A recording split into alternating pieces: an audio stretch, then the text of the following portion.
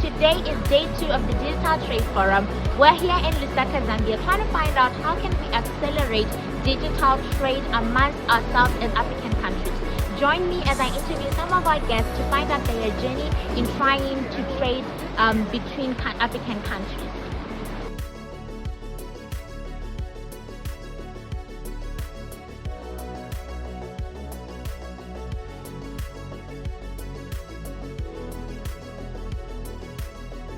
Being able to transform and leverage that economy to push monetization of online platforms, especially that you're a digital company?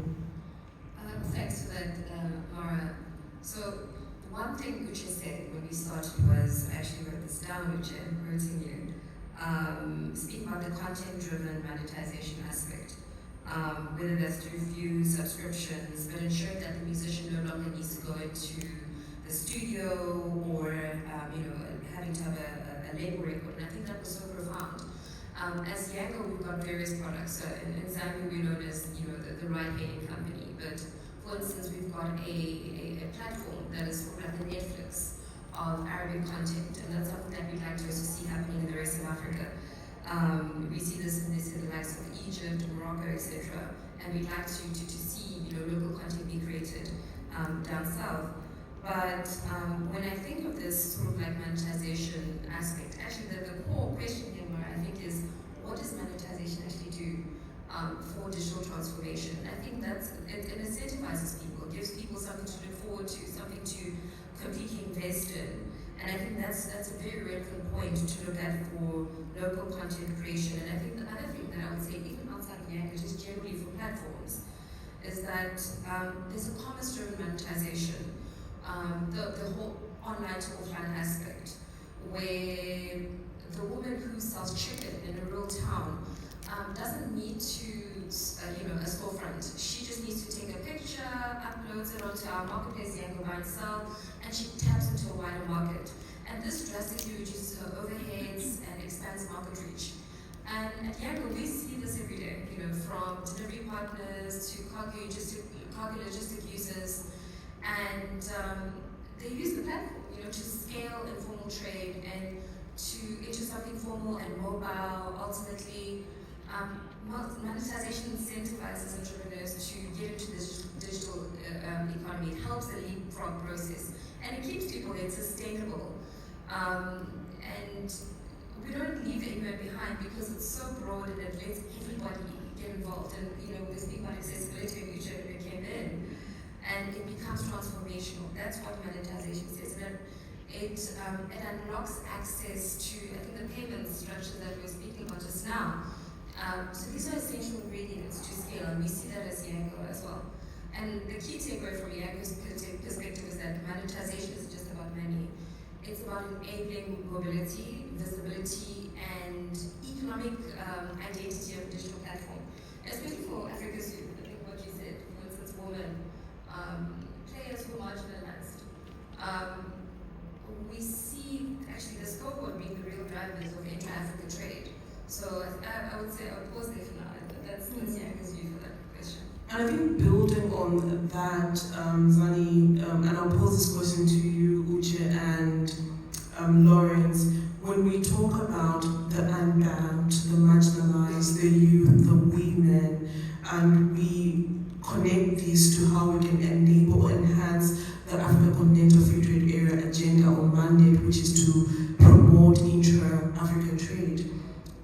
What are the value propositions that we have that can be showcased as examples, successful examples, where other people can look on and say, I could actually benefit and I could create something that I could monetize my business or monetize myself and improve my livelihood. So what are the value propositions that your individual organizations offer, and how? First, the enabling environment has to be there. I think this is something that cannot be overstated. We've really repeated yesterday around how do we ensure that there is efficiency in bureaucracy when it comes to allowing young people to do business, right? First of all, within the countries, let alone around our regional economic communities and across Africa. So that really needs to be that goes from the digital infrastructure itself and making sure that it's, getting outside of the urban centers, outside of Lusaka into the rural areas, ensuring, like, for example, there's data ability and zero rating where there's rural areas where there's no reach, for example. Those are commonly very marginalized, disadvantaged people who then don't have access to just the online platforms, let alone being able to actually create, curate businesses that actually thrive. Secondly is also just, again, going back to what you were mentioning earlier around just ensuring that the governance structures and endowment, a lot of young entrepreneurs and innovators are always complaining about the steps and the processes that have to go into first registering your business, getting it. And what are the solutions? So the call to action for AFCFTADigital will be: can we have an ecosystem that allows those conversations to happen on an ongoing basis, on top of what it is that is being done? The second call to action will be for regulators and government. Regulators and governments, rightly so, think national laws, national regulations, national policies. But it's a need now to think African. What changes do we need to make to our policies, our regulations, to allow Pan-African trade and Pan-African people to thrive? And for that, I think there is a need to create a set of unified standards and certification requirements for those who want to play in a Pan-African business. For the private sector, fintechs included, there are reasons why regulators ask us to do certain things. There are risks that we have not seen.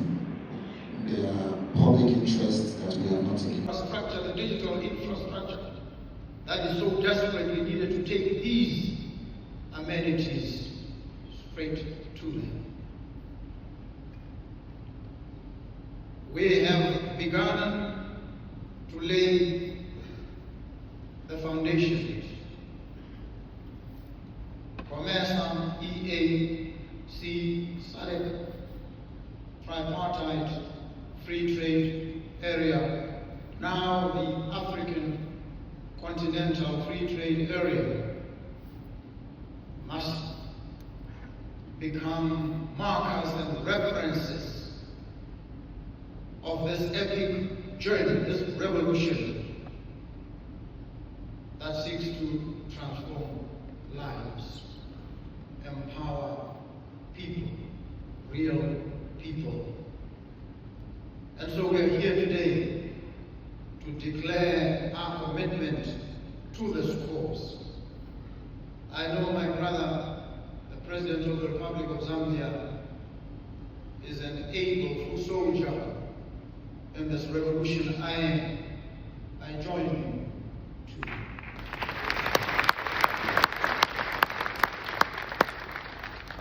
I call upon others across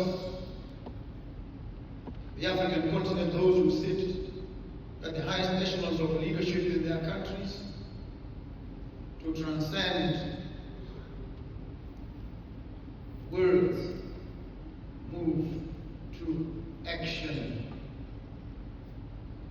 and ensure that we translate this Africa Free Trade Agreement into a platform for meaningful empowerment and transformation of the lives of our people. I conclude on a note that acknowledges the deep economic ties, binds and bonds that connect Botswana and Zambia. The affinities of culture, language, relationships that we've had and will continue to have, and which we augmented deepen. I hope my presence here today establishes that relationship is inviolable. That relationship is strong. That it will endure well into the future. Today we guess well. Emily, you hinted on asking questions, working in Nairobi, people are creating all these TikToks. For China to have TikTok, to have WeChat underlines, there's some level of protectionism that they had to do and protect their people, right? We don't have the population as individual countries in Africa to do what China did, but we have the numbers as AFCFTA. What are the practical things that could be done to protect creatives, to stop us from being consumers, and to start creating platforms maybe similar or could drive or even better than what we're already consuming? Thank you very much. I think for me, we have to look at it from the foundation. And when I talk about the foundation, and I think this was brought up also by the Honorable Excellencies on Mondays and the Honorable Ministers also, the fact that what is being digitized to be traded has to be either a good or a service.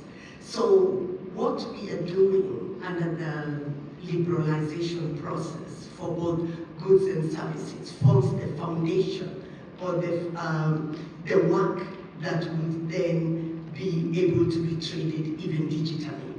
So what do I mean by this? We have the negotiations in the case of trading services where we are looking at the liberalization of say what we call the recreational, cultural and sporting sector. We also have the tourism sector that we're liberalizing. And if you look at most of the creatives, it also leads to supporting the tourism sector. And maybe let me just give you an example to put it in perspective. We had in Kenya a few years ago what we called a movie, the film Out of Africa. Because of watching that film Out of Africa, most people then wanted to come to Kenya to see in reality what was in the film. So you see the creative industry, the films, the music, it actually makes people aware of countries. It makes people aware of your culture. And so then it gives us the room for the tourism sector to actually flourish. So what we are doing in those sectors matter. Now, let me move to the financial services sector. If we do not harmonize at the continental level our financial services, and in this case, how money is transferred or how payments are done, then all is in vain because our creators will still not be able to get their monies. So we talk about monetizing, but if we don't deal with the fundamentals, which in this case is the financial services sector, the creators will still not get their money. We talk about the infrastructure. Okay, welcome to Conversation in Supply Chain. And today we are at the Digital Trade Forum. And I just want to get your experience. How easy has it been to access other African markets and also to tap onto the provisions of the African trade? Seeing that you run one of Zambia's biggest sugar productions. I think information about the availability of markets in the international markets has been really available because the industry is well structured and also is governed by the COMESA Annex 7, which regulates the trade of sugar and ensures that there is consent in terms of which country has got surplus and which country has got deficit. And Zambia should have been one of the big players in the region. We also have the privilege to sit on the COMESA and SADC Technical Committee on Sugar, which shares a lot of information as to which countries get deficit and which countries get surplus.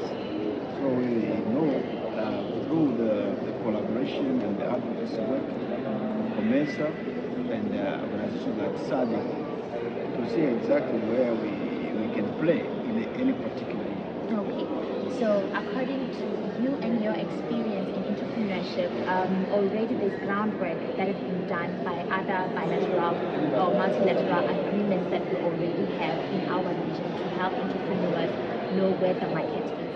Okay, now in terms of digital payments, how far off are we to be able to tap onto digital trade? I think that's where the gap is, and like was said, in the opening ceremony, both by the President of Botswana and the President of Zambia, we still have a gap. I think when it comes to trade, we still have issues when it comes to payment. Because in us, we have to ensure that the payment is registered before we can release the funds. Do we have guarantees? And you'll find that there are lots of things that are missing, like guarantees, for example. There are certain markets where there's no good guarantee, and you have to do all the KYC to ensure that you're dealing with a genuine business, and you need to make sure that the payment has been received and it's hit your account before you can release the goods. So I think there's a lot that needs to be done to get the industry to that level where there is some confidence in the system that we can also pay through the different payment platforms. We find that there are certain platforms that can only work in a certain region and they can't work with another region. And some which will work with certain bank networks and they will not work with another bank. And so as long as we still have those gaps, it will make trading with each other a bit different. Thank you so much, guys. I wish you all the best in your entrepreneurship journey. I think we'll get something. All right. Yeah, so government and other stakeholders are going to do a lot to raise the awareness and also make sure that everybody is aware of the available platforms, payment, guarantees that they need to make sure that it's swing. I know for SMEs, it's a challenge to get information. And so the work that the AFCFTADigital is doing is because it's big. And they need to make sure that they don't leave anybody behind. The small scale businesses, the medium scale, the large scale, they need to know about how they can take advantage of the information. Because government has set up a lot of nice platforms where we know what is the market and demands for goods and services. But I think the information is not really trickling down to the SMEs on the opportunities which are there. So this information gaps. Should it be the government or entrepreneurs, small medium enterprises? I think the small medium enterprises are going to join bigger platforms. The Chamber of Commerce, for example, the Association of Manufacturers, the different associations that represent the different industries have got to take it upon themselves to ensure that their members benefit from the openness of this market. Obviously, opening up of these markets have created opportunities for growth. But if you don't know about the growth, it's as good as not existing. So information has got to trickle down, and not just in the capital cities, but to all across the country, the rural areas. There's a grandmother out there who's sitting with corn. And a huge production. Yeah, and they go to road. Yeah. Because she can't find market for it. And there's market next door in Botswana. And so there are a lot of players that need to come on board to make this. Thank you so much. All right. I have a responsibility for promoting and doing trade out of Nigeria. I work in NIDFI, Development Finance Institution, which promotes non-oil exports out of Nigeria by way of providing finance through cash, supports or instruments, risk-bearing instruments, we call them.